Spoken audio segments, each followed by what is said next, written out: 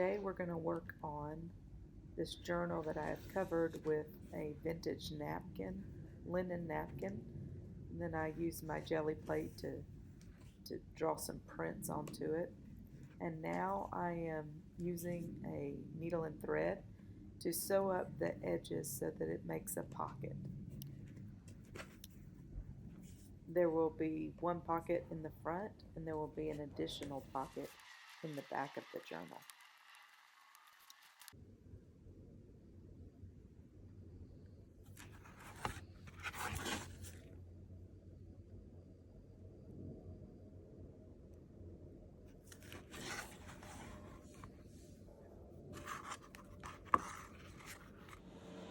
Now we're going to work on putting the signatures into the journal. I have cut and folded 2 sets of 10 pages to put into this journal, and I'm going to sew them on with a needle and some string. So you go through the middle, you go around the back, through the top, back through the middle, from the outside to the inside at the bottom. Then you draw the strings together and tie them off. And that holds in all 10 of those pages. And that's the first signature. Then we'll repeat it again with the second signature.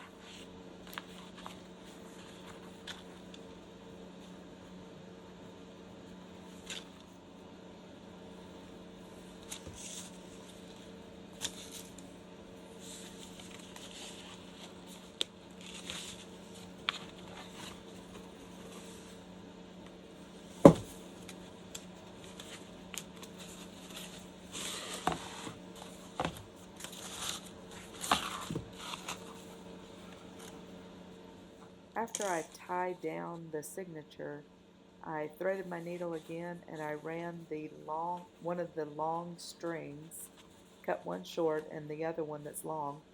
I thread my needle and I run it back through the top hole. I did that with both signatures, so now I'm just taking those two and tying them together in a knot.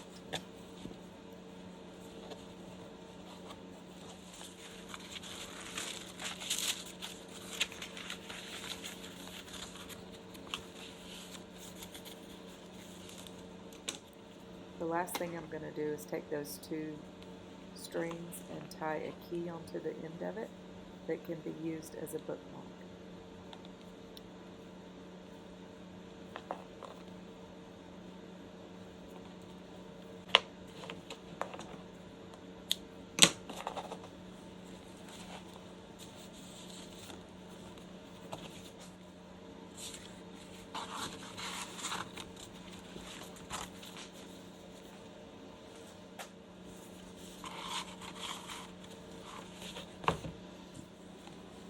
Going to grab the next journal, and I decided I needed to add a little bit to the binding, or where the signatures will go, so that there won't be any question of whether or not it rips.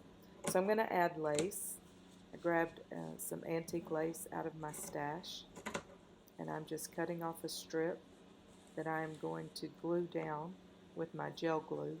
It seems to hold the strongest for me, that glue does. So started on the outside and I laid down the lace, made sure it was tight and secure, and then I turned to the inside and did the same principle. I just put down the gel glue and then put the lace on top of it.